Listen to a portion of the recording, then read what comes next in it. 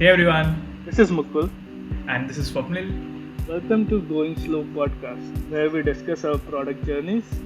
And also have casual discussions around life, universe, and everything in between. Hello, hello. Welcome to episode 14 of Going Slow podcast.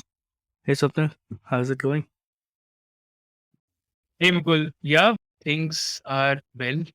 It has been a hectic week at Rocket, so yeah, just feels like you're doing a lot of work this week compared to any week in this year so far. So yeah, I feel swamped. I still have a couple of things to do today, which is like a weekend. But yeah, so we're working on two major things this week. One is we are upgrading our hiring portal. So we're making it like self-sustained into a CRM sort of thing. And the other is we're working on a website redesign. That's interesting. And are you like the CRM part? Are you using any existing CRM or are you building your own? So we are using the no-code tool. It's called Stacker, and it uses Airtable as the backend. So all of the major design decisions that we needed to take, that complexity is all there in the database itself. And now think of Stacker as just a UI for CRUD operations on those tables. Previously, we just had like a list of potential candidates that we showed to the company. And from the feedback that we got from our hiring partners, they told us that they would need to copy paste those details into an Excel, and there they used to track the progress of each candidate. And we got this feedback multiple times, and then we thought, okay, let's just capture that activity in our portal itself. So we also get more visibility into what's happening on a per candidate level. Where exactly is that candidate being rejected? Is it at the shortlisting level itself? Is it after the first intro call or after some technical round or from the culture round? Whatever. So it's sort of a win-win-win wherein companies don't need to track it separately outside. We get more visibility into what's happening, and using data, we can actually guide our candidates personally. So because we know what's happening in their interview process. So yeah, looking back, I think we should have done it long ago. It always feels that way, I guess, for any new thing. We should have done it sooner. But that's super interesting that so from what I'm getting is like you have some process which is already in place. Now you're trying to productivize it, kind of. You're trying to build a product around it, have a strict process instead of just different Excel files lying around. And also, it's kind of a good validation, right? You already have like a lot of people reporting that this is an issue. So that's super interesting. So I'm is very curious. I think you have shifted your mind a lot, right? Now you're full on into no code base. But as a software developer, it must be a total shift, huh? Because as Oh a man. software developer, it always is like, yeah, I'll build this. I'll build this in a day or two or a week or so. Re- We forget Yeah. that it has some maintenance cost. But now you're totally seeing the bigger picture or something like that. Yeah, that is so true. Even the features that we're building right now, I have a very strong urge to build it out myself. But like you said, right, it has maintenance costs. And as of today, we don't have a dedicated developer in our team. So I don't want to get into that because like we have like more higher ROI activities, items that we can work on. And tech is just an enabler at this point. So, to give an example, the last time we touched our internal hiring portals that we share with the companies, the last time we touched it was September and maybe a few days in October. So for the last 5, 6 months, we haven't touched it at all. No. So that is like pretty easy on the maintenance side versus I'm like from experience, I can say if it was something that we did ourselves from scratch.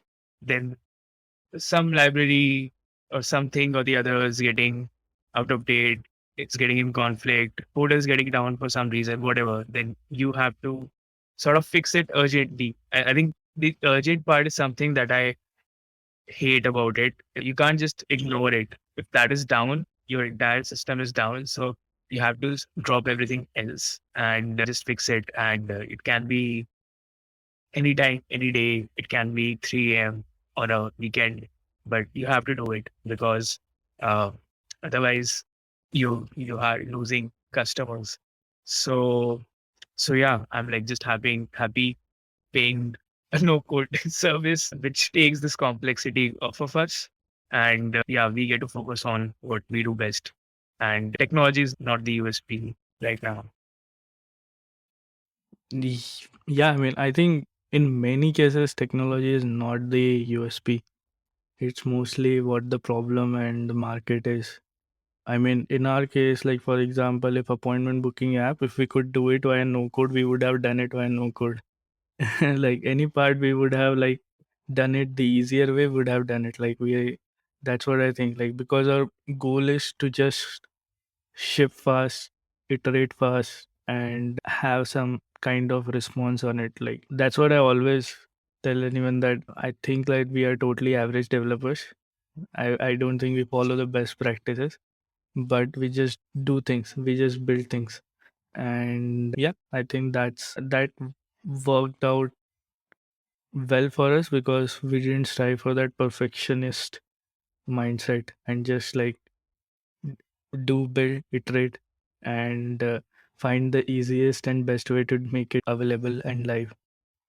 Yeah, I think that's perfect. And in terms of like using Stacker, I feel I have explored Airtable just for just because they have a marketplace, because I feel that it's a very good marketplace, and Airtable is such a amazing app. It's Excel plus Zapier. So I feel that Right. it's super, super amazing. So do you use Airtable extensively? Our entire business logic is on Airtable, right from signing up, right from tracking someone's journey, how many projects that they have submitted, when do they complete all of the required things to submit, then letting them pick an interview slot to have a one-on-one conversation where we check that they really understand what they did and not just copy pasted, to then building an internal portfolio profile of them, which has their proof of work, which has their projects and not their background, not their college, etc. So we have like an internal format, which we then show to the hiring partners.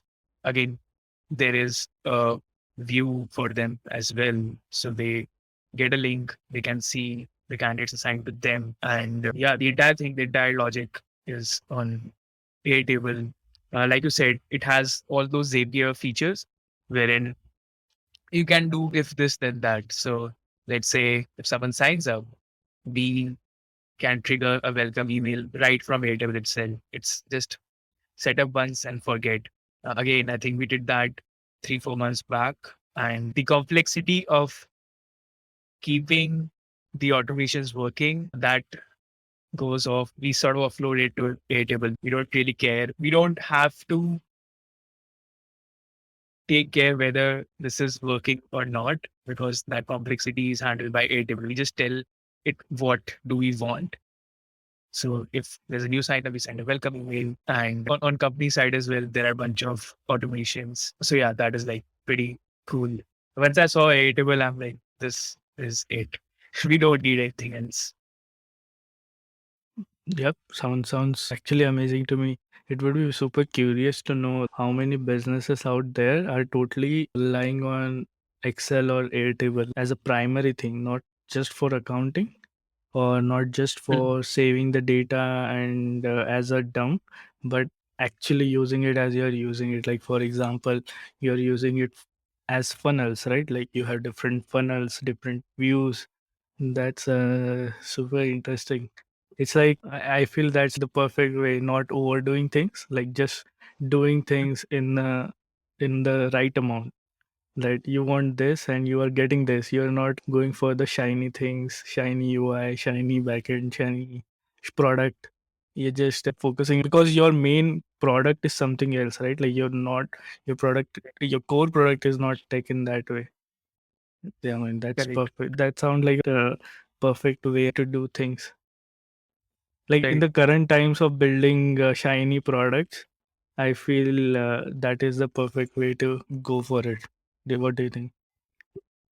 Yeah, I think that's the way to. So, like you mentioned, right, Google Forms. So, when we first started, the first 6 months were just Google Forms. We had a landing page, but all of the buttons just opened when Google Form to capture the leads. And we did that for 6 months. Then we validated from there, got some revenue, and no code tools were only introduced like after 6 months when it was started. So, before that, it was all Google Forms.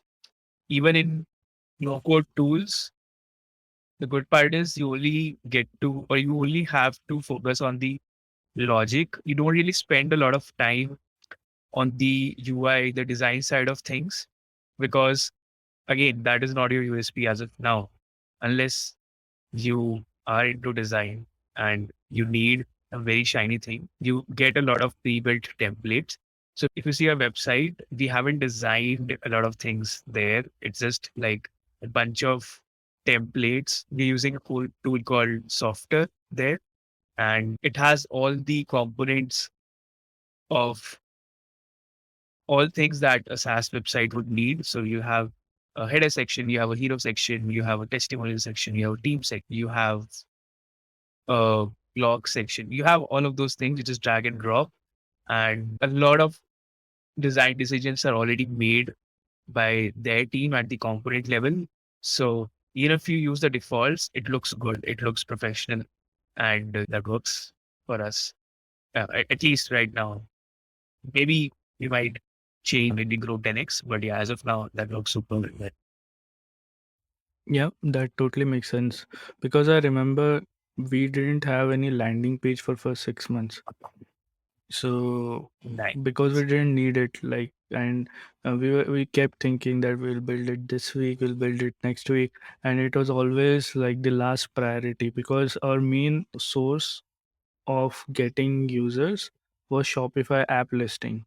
So we put all the Hmm. work there, but to have an actual landing page, we didn't put any effort in that. Like after 6 months, when we went full time, and then once we had some more time in our hands, after that we bought like Webflow template Hmm. and built the website then and there. And we use that Webflow template because we realized that this is something which we can't do like from scratch. It will take too much time, and it's just that amount of time that it will take, it's not worth it at all. Right. So, so yeah, I mean, we generally use Webflow or something similar. And as you mentioned, like if something goes good and we know that it has some potential, that landing page has some potential to convert, at that point, then we'll put some extra effort to make it look good, to make it look as shiny as possible. Yeah. Yeah. Uh, So also, I think Airtable has a very good marketplace, and it has a very good potential. It has a very good potential. So I was exploring Airtable a lot because, so there are two reasons. First, Airtable marketplace was launched last year, so it Hmm. has a potential basically that you can build an app and be the first mover, like have that first mover Early kind mover. of advantage, and it will not take that much effort. So basically, there are two things. Like even if it doesn't go right, then you haven't put like so much effort into it that you will feel you have wasted like so much time. And also, there is a very good repeatable way of building businesses in Airtable. So what do you mean by that? So one person is already doing it, and he shared a thread that the way he builds businesses is he repeats the business model. Like for example, he saw one product on Instagram, he built that product for TikTok, and it's a very Nice. niche, small, I would say, small, a very niche product. So it goes to a certain amount and then you can sell it. So in the case of Airtable, what he did was he searched on Product Hunt a good extensions for Google Sheet, and then he found out that these are the restrictions for Sheet, and then he picked one and said that I'll make this for Airtable, and he started building that one for Airtable, and I think it's currently around $5,000 MRR. I think it took almost 1 year or so, I guess, but it's slowly growing and it's Right. organically growing, slowly growing, and I think it's greater than 5K now. That is super awesome. But also, like, this is a good point that you touched on, where if that person focused on an existing idea or an existing need, and not just try to bring something very new. Of course, new ideas are also needed, but the majority of us just are focused on getting new ideas that we just forget how important execution is. Yeah, I mean, instead of like coming up with ideas, I thought like his approach is perfect. Perfect in a way. So actually, we have applied the same approach ourselves too. That, for example, we have an appointment booking app. Appointment booking is not a new thing. Appointment booking is not a shiny thing. If you Google appointment booking, you will get hundreds of apps. It's just we have picked up a niche that we want to build appointment booking for Shopify stores. So it's a niche now, and then there is a, for example, it's like a validated, so it's something like validated problem with its validated market, because Shopify store is a good market and it's a validated problem. So the whole equation, I would say, sits good, because it worked out well for us, and that is the approach we have for the signature app too, because you already have DocuSign, HelioSign. So we are building like electronic signature app for Shopify. So I think in terms of goals, like if the goal, I mean, if you think small, I think that's a very good way. Like, for example, if you just think like to get that first $100 and then go for 500 and then go for 1,000, that's a more ideal and better way of looking thing, instead of thinking like, hey, how can I get $10,000, or how can I get to $10,000? And I feel that 100,000, 10,000, that incremental approach is a lot better than just thinking that, hey, how can I get like $10,000 in a month? Because then once you think that's the 100, 500, 100 incremental way, but you will have lot of options, you will have lot of freedom, and you will have less stress. And less stress is equal to more productivity always. Yeah, super cool. I like how we didn't have any agenda for this meeting and we're already 20 minutes in. I guess it always happens. One thing I'm trying out this week, which I haven't tried before, is I'm listening to audiobook. So I have heard like I have heard podcasts like often, like, and lot of podcasts, but audiobook is something which I have never tried. So this is my first week trying it. I'm using Audible for, and I'm listening to Atomic Habits. So the reason I picked like self-help book, because I can't read it, because it's something I can't read it at all. It's just very, I mean, I always pick a self-help book and then I leave it halfway, because I just can't do it. So I thought like, let's try listening to it this time. Like when I'm going cycling, I'll just put on earphones and then I'll listen to it. So it's been 3-4 days, but yeah, definitely I'm liking it, like the experience. But I'll get to know more about it in next week or so. But so far so good. Have you done it? So I've not tried nonfiction in audiobook because I like to make some notes or highlight a bunch of stuff when I'm reading nonfiction so that I can revisit it later. When you said Atomic Habits, I just remember I have my notes from Atomic Habits somewhere. So I can look it up quickly. I can just go through all of them in 5-10 minutes. So those concepts get refreshed again. But if I don't make notes, then like I lose or I forget stuff pretty fast. So I prefer digital versions in in non-fiction. I have tried listening to fiction on Audible, especially I tried this narrator Stephen Fry, and I think he is amazing.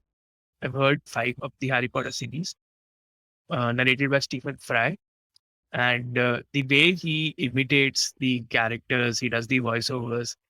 You feel like you're in a movie, and yeah, like you said, you can do it while cycling or while walking. You get to listen to those stories while doing your course, and yeah, I want to do more of that because I think fiction is something that is better captured by an audiobook versus you reading it. But yeah, those are my early thoughts. I haven't listened to a lot of audiobooks. I'm just a handful right now. But yeah, I would say uh, if you're an Audible, give Stephen Fry a chance. Maybe just listen to a sample and see how it goes. Interesting. Yeah, I will. I mean, this is something which I tried this week, just like totally out of the blue. So I thought, let's try it. I have read about that app, and then I guess I saw an ad, and I gave that ad a I gave that ad a conversion. So, so yeah, man. Uh, uh, Instead of so I used to listen to podcast or music depending on like my mood. So instead of that, while cycling, I'm just switching it up and trying with this audiobook. I'll get to know in more detail in like next 1 to 2 weeks how I actually feel about it. Like, is it like a totally sustainable thing? But fiction is something I'll also try. The Right. I think Harry Potter novel, right? Yeah, Yeah. yeah. I read One Harry thing with Potter non really late. I read it like 2 3 years back, just to get out of that FOMO. Like I didn't want that FOMO that hey I missed it. so But I how was really it? love. I loved it. I loved it. Like totally loved it because there were so many things I thought, oh my god, like there's so many things like movies missed, and I was like, whoa. Yeah. I felt really really lucky. And actually, so I read it for that, and also the startup I was working for, so for to visit that startup, I had to go to New York for a few days, 10 to 15 days, Mhm. and at that time they Okay. had Cursed Child there. Right. So I was Nice. like, before going to that theater, I want to read the whole thing because I want that whole feels, that immersive feels and stuff. So yeah, I Right. mean, but it was the play has totally ruined the whole series, but the experience is good. I have been avoided it so far. Like, okay, I've heard a lot of things, some good, some bad, but I'm like, okay, for Hey, me, Harry Potter ends at second. I would say it's just shit. It's not at all worth it, the play, but it's worth it if you're watching it live, the experience. Because for me, the it was like a first, I would say, theater experience, and that to Broadway. And I was like Right. blown away by how they were doing things and how the set was designed. And there were few moments in that play they have done it so well that, I mean, when I used to like think about play, it was something which I never thought that could be done at that scale. So I was very surprised the way they did that play and everything. But yeah, I mean, theater experience perfect, story it is just it's not at all good. They messed up, I think, the core thing in Harry Potter, which was of that time traveler stone that you cannot change the past, but Okay. in that you can change that past gets changed and future gets changed because of certain activity, but that actually Oh, contradicts that time turner thing. yeah. So yeah, I Yeah. feel that was a very bad decision. In the books itself, they had to, like, Rowling had to destroy everything related to that. Otherwise, then nothing else makes sense. Yeah, yeah. Also, like, yeah, I mean, whenever time travel comes into play, things can get really tricky and shitty. as fast as possible, because if you know that you can change things in one go, then there is nothing at stake. There is Yeah. nothing at stake. Right. You will feel that, oh, it's okay. They can just change things. Is there anything related to time travel that you watched or read and you actually liked it? Yes, the Dark series, loved it. Have you watched Dark? Oh no. Oh, that series is amazing.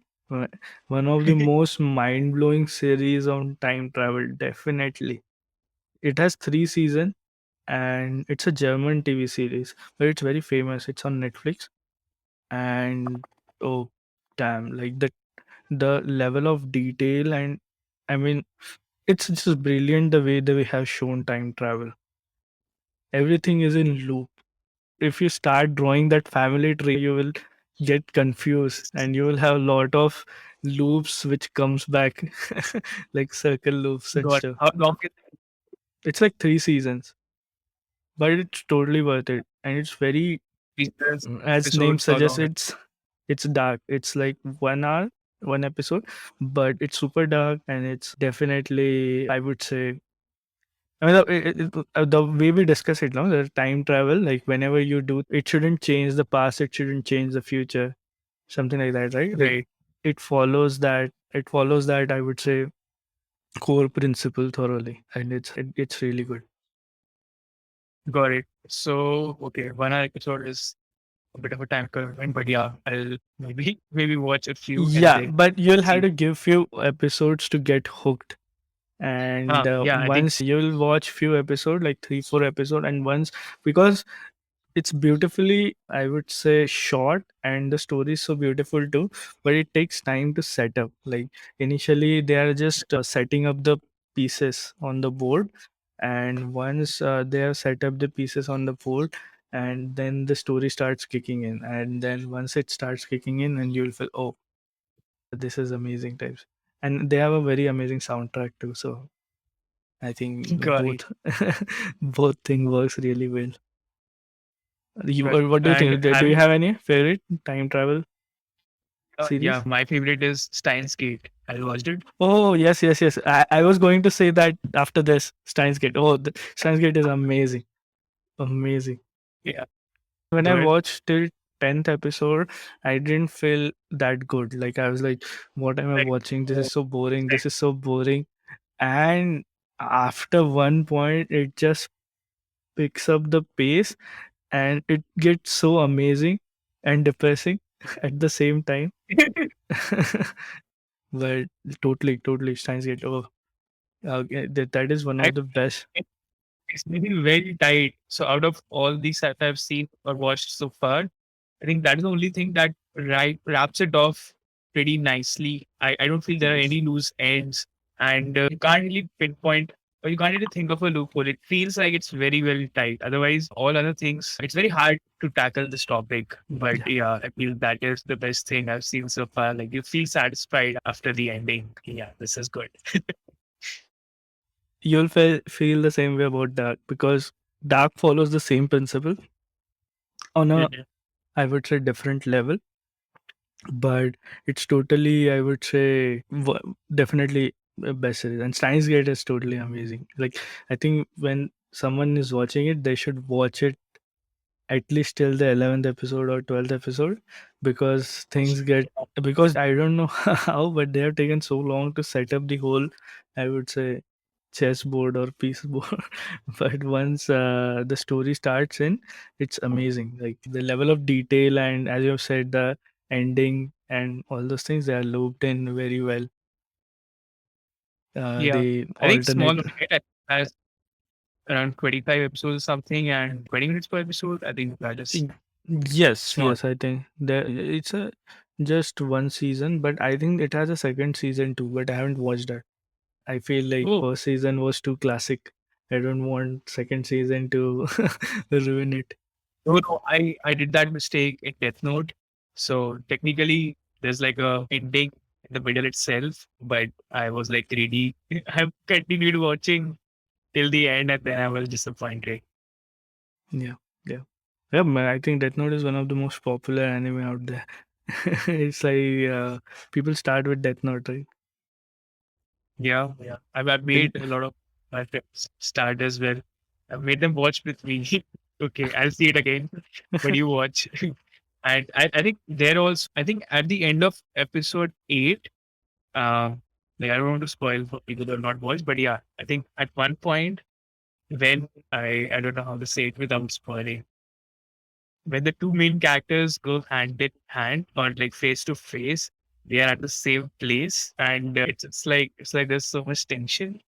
I love it from that point onwards. And yeah, it's amazing. totally makes sense. I mean, yeah, I mean, that series is like definitely one of the best. I really love this series, like Steins Gate, Full Metal Alchemist. These are really nice. Full Metal Brotherhood. Yeah, Brotherhood. Yeah, That not that one, Brotherhood one. amazing.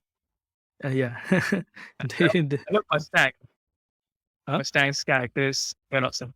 Yeah, Uh, yeah. I mean, the storyline is so good, and it's the Full Metal thing. I think it's like a big movie, yeah, like 50 episode movie, because everything comes back like from episode 5, episode 6, and they have yeah, tied like many things together very well.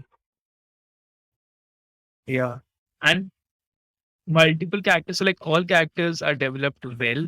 It's not just the protagonist, Yeah, right? It's not just the Elric brothers who get screen time. Everyone has their own stories, backstories, reasons for doing things, and yeah, everything ties together. And yeah, I think that is. yeah. I get I'm people start with Death Note, but I think for me, Full Metal Alchemist Brotherhood is the best overall anime of all time, just because it captures everything. It has story, it has mm, characters, it has stakes, yeah. good writing over. Yeah, yeah. I mean, that's what like it's like a 50 episode movie. So that's what I feel. Every character is fleshed out well. It's not just good and bad. Like I really love TV series or anime which makes you question that morality. So yeah, really love it. Also, I think in terms of similar to Full Metal Alchemist Brotherhood, I think Demon Slayer is similar to that. If you haven't watched, like it has similar No, no. vibes as Full Metal Alchemist Brotherhood, but it has good animation. But I somehow feel that anime is very depressing. So I watch it and then I feel it's a little bit depressing. But yeah, I mean totally. It's like the same. It's like Full Metal Alchemist Brotherhood, but it's still ongoing. So there's that difference. But yeah, nice, Oh, nice. oh, I don't have patience for that. I can't. For sure. Yeah, yeah. I mean that you'll have to risk it in that case. Yeah, in that case you shouldn't watch it because then you'll have to wait long time. Yeah. Yep. Awesome. All right. Should we call it episode? Yeah, yeah. Cool, folks. So yeah, as usual, if you liked it, let us know. Our handle is going slow forward. If you did like us, then definitely let us know so that we know we can work on that feedback.